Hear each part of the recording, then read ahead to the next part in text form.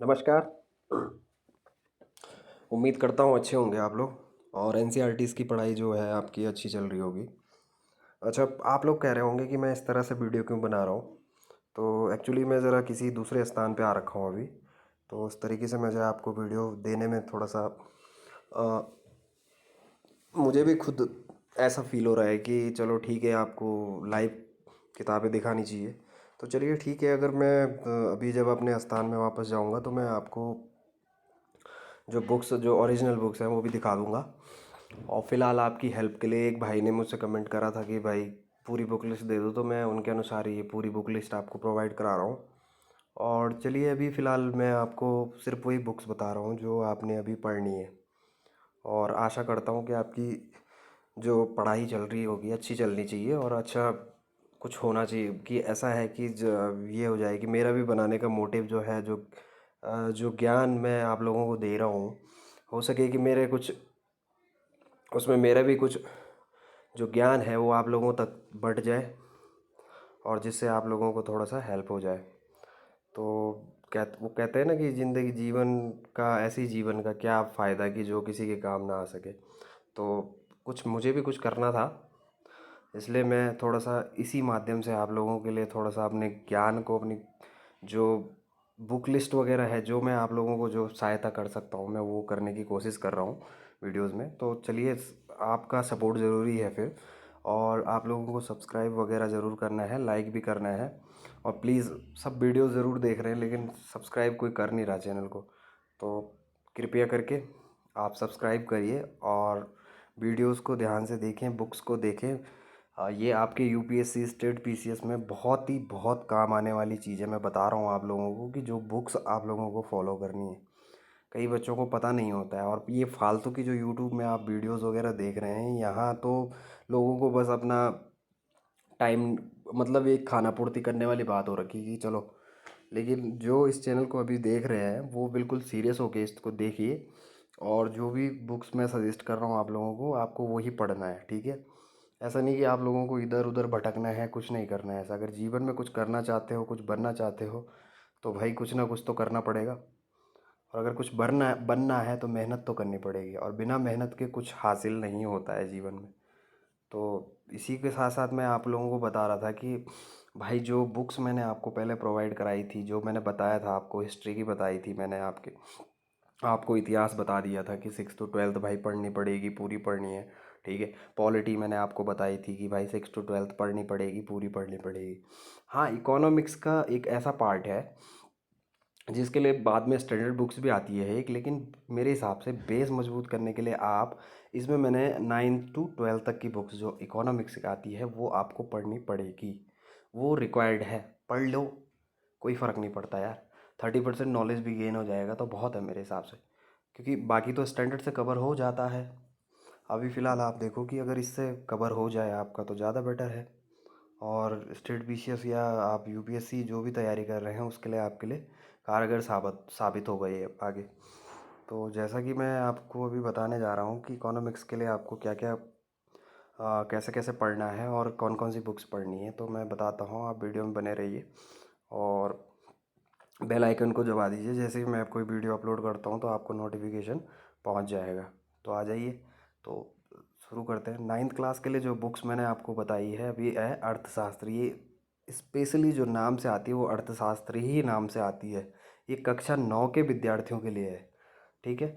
English medium के लिए भी मैंने बनाई हुई है, बट आप नोट कर लीजिए, इंग्लिश मीडियम के लिए इकोनॉमिक्स ओनली है। और कवर देख लीजिए, कवर ऐसा है इसका। ऐसा नहीं कि आजकल मार्केट में ऑनलाइन में सबसे कम रेट पे आपको यूट्यूब में बताया जा रहा है कि भाई सबसे कम दरों में आप एनसीईआरटीज़ खरीद लो। ऐसा नहीं होता है भैया। आपको ऑफिशियल वेबसाइट जो है एनसीईआरटीज़ की, वहाँ से मंगाओ, या तो आप, मेरे हिसाब से, अगर आपको लगता है कि ऐसा नहीं तो आप किसी बुक सेलर से ख़रीद लो। बट उस पे ज़रूर चेक कर लेना कि पेज की क्वालिटी क्या है, एमआरपी कितनी है, मैच हो रही है कि नहीं हो रही है, क्या जेन्युइन है, क्या डुप्लीकेट है, क्या और नहीं है। तो ये चीज़ें होना ज़रूरी है, क्योंकि देखो, सबसे पहले फ़र्क जो है इसी चीज़ से पड़ जाता है कि रेट, थोड़ा बहुत डिफरेंस रेट में हो सकता है मार्केट में, ऑनलाइन में, बट जो अदर वेबसाइट जो ऑनलाइन में मार्केट कर रही हैं, जो बेच रही हैं, वो पायरेटेड बुक्स बेच रही हैं सारी। और ओल्ड और न्यू का भी बहुत बड़ा रोल हो रखा है कि ओल्ड खरीदे न्यू। अरे न्यू खरीदो यार, ओल्ड क्यों खरीद रहे हो? ओल्ड से कुछ नहीं होना, न्यू खरीदो, न्यू से सब कुछ हो जाएगा। उसके बाद आपको थोड़ा 2-4 बुक स्टैंडर्ड फॉलो करनी है और मेरे हिसाब से पेपर एग्ज़ाम करना, क्रैक कर लोगे आप लोग। जिसको क्रैक करना होगा, जो सच्चे मन से पढ़ेगा, उसको क्रैक कर लेगा एग्ज़ाम को। तो चलिए, मैं 9th क्लास के लिए बता रहा था कि अर्थशास्त्र जो है वो कक्षा 9 के लिए ये है, और इसकी इंग्लिश मीडियम वालों के लिए है इकोनॉमिक्स, ठीक है।